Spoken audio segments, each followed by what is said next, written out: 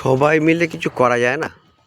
পুজোর পর ঠাকুরকে কিভাবে রেখে দেওয়া হয় পুকুর পাড়ে, এরকমভাবে রোদ বৃষ্টি জলে মা ভিজবেন, রোদ্রে শুকাবেন, বিবস্ত্র করে এখানে রেখে দেওয়া আছে।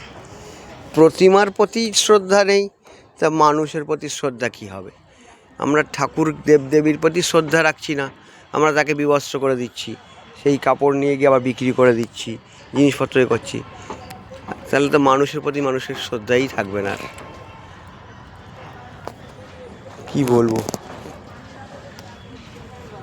চারিদিকে প্রত্যেকটা পুজোর পরেই দেখা যায় এরকম চারিদিকে প্রতিমাগুলোকে এরকম রাস্তার পরে এনে, পুকুর পাড়ে এনে, গাছতলায় এনে দাঁড় করিয়ে রাখা হয় প্রতিটা পুজো।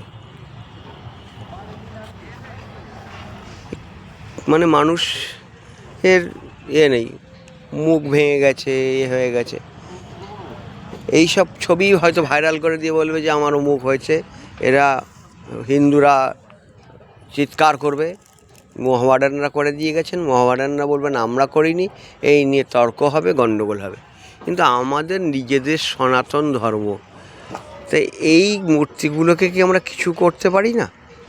এইভাবে ফেলে না রেখে দিয়ে কিছু করতে পারি না? কি করলে কি করা যায় সবাই ভাবুন, সবাই চিন্তা করুন। অন্যের দোষ দেখবেন না, নিজের দোষটাই আগে দেখুন, যে কি করে আমরা এই দলদলির থেকে মুক্তি পাব। দেখুন।